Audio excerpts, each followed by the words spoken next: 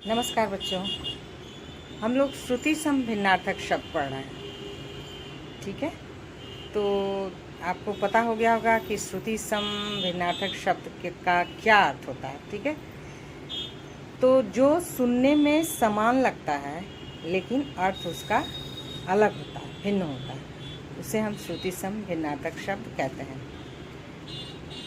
आज भी हम लोग कुछ नए शब्दों को सीखेंगे जो सुनने में समान लगते हैं और अर्थ उसके भिन्न होते हैं। तो जितना ज़्यादा हम शब्द सीखेंगे हमारा शब्द भंडार बढ़ेगा और नए नए शब्दों को सीखने से हमें प्रयोग करने में बहुत आसानी होती है और अर्थ समझने में और भी आसानी होती है।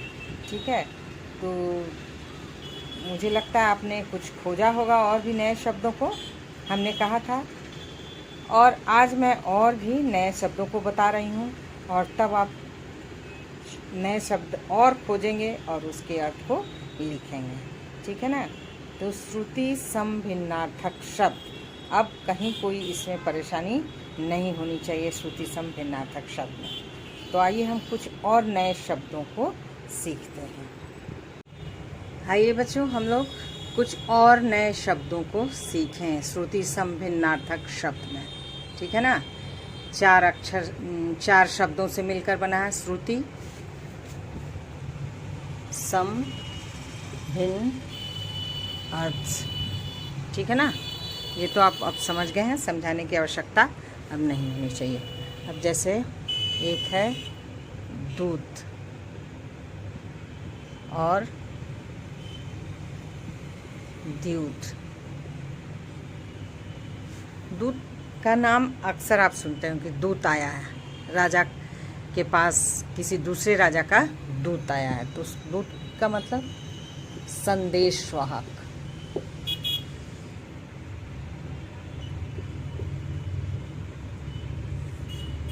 और ये द्यूत मतलब, द्यूत का नाम आपने सुना है, जुआ।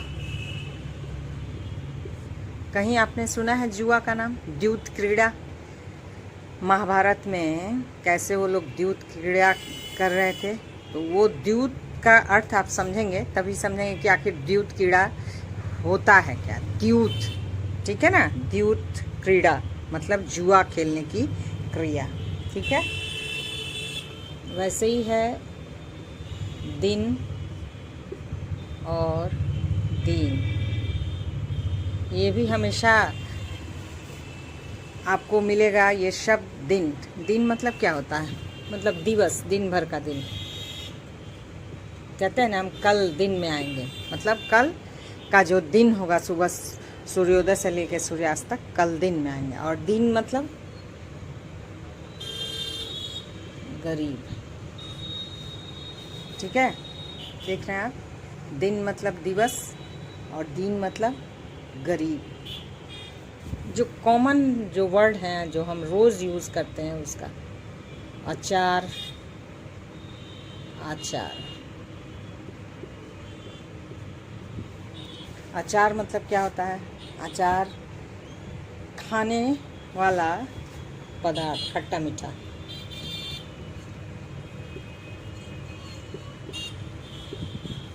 सामान। ठीक है। और आचार मतलब क्या होता है? आचरण।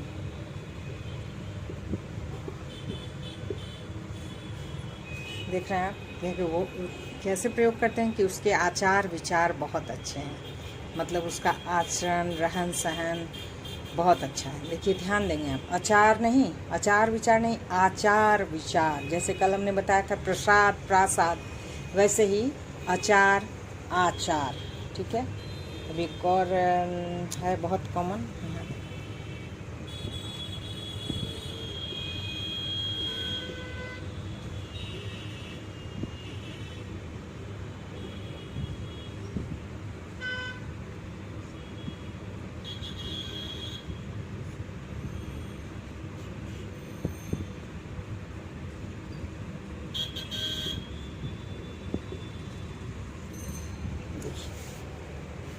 आहूत।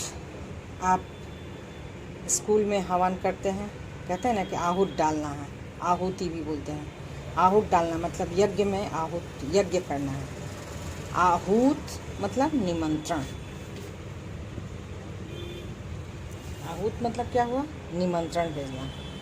और आहूत मतलब यज्ञ। देखिए कितने नए शब्दों को हम सीख रहे हैं। आहूत मतलब यज्ञ और आहूत मतलब निमंत्रण।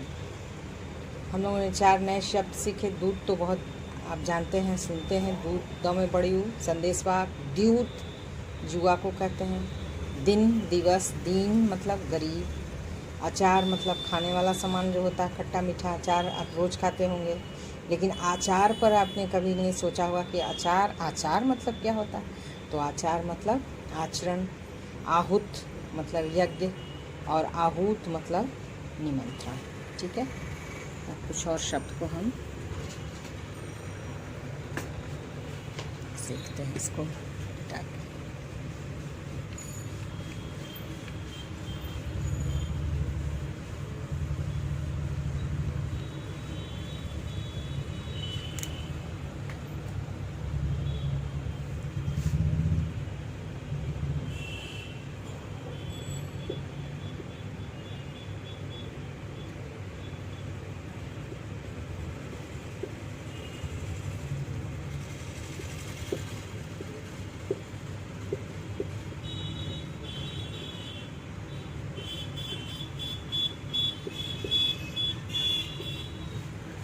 दो शब्द है कृति। कहते हैं कि ये उनकी कृति है। तुलसीदास की कृति है रामचरितमानस। कल हमने ये पढ़ा था, सीखा था अवधि और अवधि। तो तुलसीदास की रचना अवधि भाषा में है। ठीक है। कृति अवधि में उनकी रचना है, हम कह सकते हैं कृति है उनकी। कृति मतलब रचना। और त में बड़ी हो जाएगा। कृति मतलब क्या हो गया? परिश्रमी। बहुत अच्छा शब्द है। कृति मतलब परिश्रमी। ऐसे ही कुट, बहुत सारे शब्द हैं, नए शब्द जो हम प्रयोग करते हैं लेकिन इसका गूढ़ अर्थ नहीं समझते हैं। और कूट मतलब पर्वत। देखिए कुट मतलब घर और कूट मतलब पर्वत। चित्रकूट पर्वत का नाम आपने सुना होगा। कूट, चित्रकूट, उस पर्वत का नाम था चित्र, इस और कूट लग गया तो चित्रकूट पर्वत। कूट मतलब घर और कूट मतलब पर्वत। कृति और कृति ध्यान देंगे आप, एकदम बहुत अच्छे अच्छे शब्द हैं। वैसे ही कली,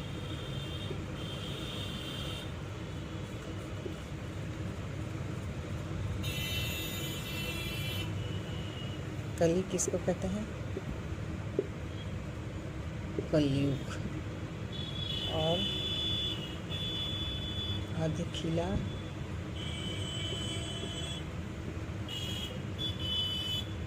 फूल। ठीक है। ध्यान देखिए, कली मतलब कलयुग और ल में बड़ी लग गया तो अधखिला फूल कहते हैं ना। अरे अभी कली मुरझाया नहीं है। ठीक है, अभी कली बहुत। वैसे ही नहीं दिख रहा है, इसको मैं मिटा देती हूँ।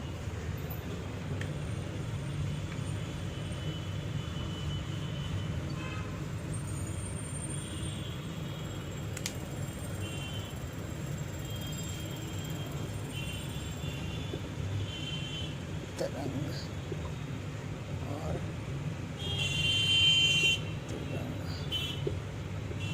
तरंग मतलब लहर। तुरंग मतलब घोड़ा। ध्यान दीजिएगा, तुरंग और तरंग कहते हैं ना। तरंग, तरंग मतलब लहर और तुरंग मतलब घोड़ा। ठीक है।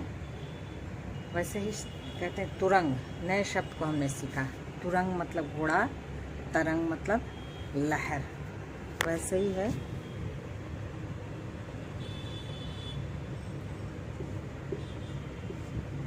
द्वीप और द्वीप।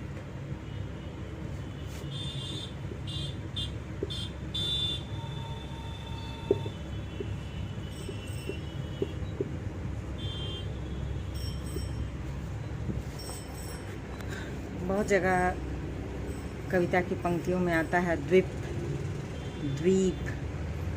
छोटी का उच्चारण हम जल्दी कर रहे हैं। द्वीप मतलब हाथी, ये हाथी का पर्यायवाची भी आप जान लीजिए।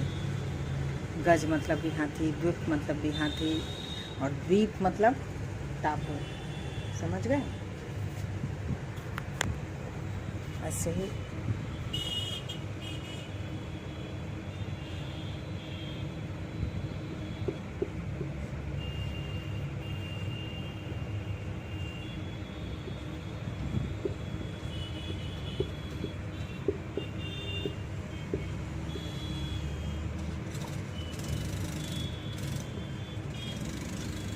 झरना। निर्जर, निर्जर मतलब देवता, और निर्झर मतलब झरना। निर्जर जो कभी बूढ़ा नहीं होता है वो देवता होता है। निर्झर मतलब झरना। ठीक है, शब्दों को आप देखेंगे ध्यान से और उसके प्रयोग को देखेंगे। जहाँ कभी ऐसे शब्द मिलेंगे आप तुरंत समझ जाएंगे कि तो तरंग मतलब लहर होता है, तुरंग मतलब घोड़ा, द्वीप मतलब हाथी, द्वीप मतलब टापू। ठीक है, कुछ और नए शब्दों को हम सीखें।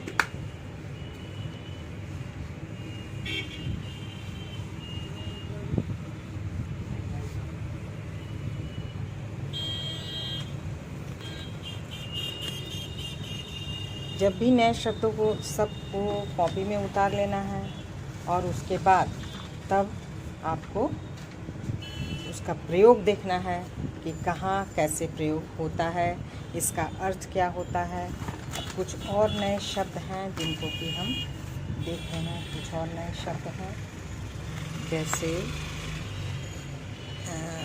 बदन।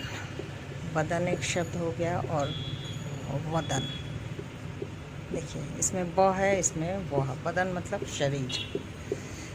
कहते हैं कि उसके बदन में दर्द है। क्या कहते हैं? उसके बदन में दर्द है। और वदन मतलब मुख। उसका वदन बहुत सुंदर है, मतलब मुख। देख रहे हैं आप? वदन और बदन। बदन मतलब शरीर, वदन मतलब मुख। अब है प्रकार, प्राकार। प्रकार मतलब तरह, तरह। कहते हैं ना कि कितने प्रकार के हैं, मतलब कितने तरह के हैं। और प्राकार मतलब हो गया किला। देखिए बहुत थोड़ा सा आकार से इसका कैसे अर्थ बदलता है। वैसे ही नीड़ मतलब घोंसला,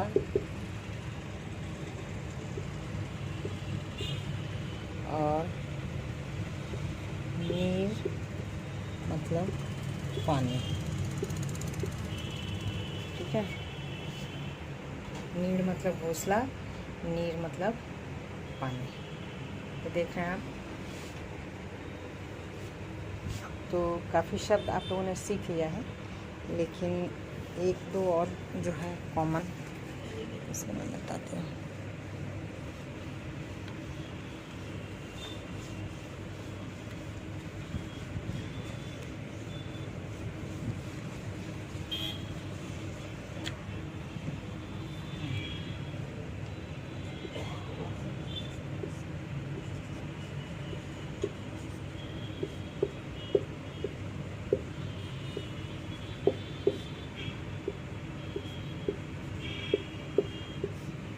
अनु, कहते हैं कि वो मेरा अनुचर है, पीछे चलने वाला है। ठीक है, अनु। और अणु, अणु मतलब कण। देख रहे हैं, अणु मतलब पीछे और अणु मतलब कण। ये समझ गए आप?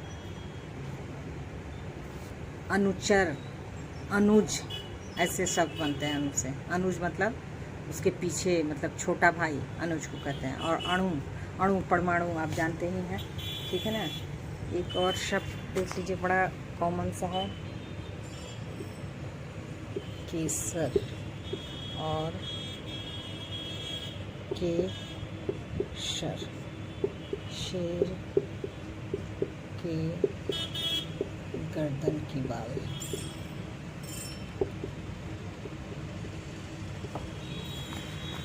देख रहे हैं आप, केसर मतलब, ठीक है, और केशर जो बड़ा महंगा आता है, केशर कुमकुम को कहते हैं।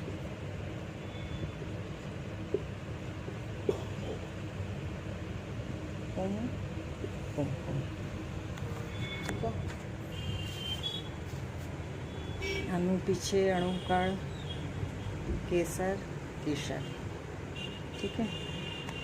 तो कुछ नए शब्दों को हम लोगों ने सीखा। इन सारे शब्दों को आप उतारेंगे, ध्यान देंगे कि थोड़ा सा आकार, छोटी ऊ बड़ी ऊ में फ़र्क होने से कैसे अर्थ में अंतर आ जाता है।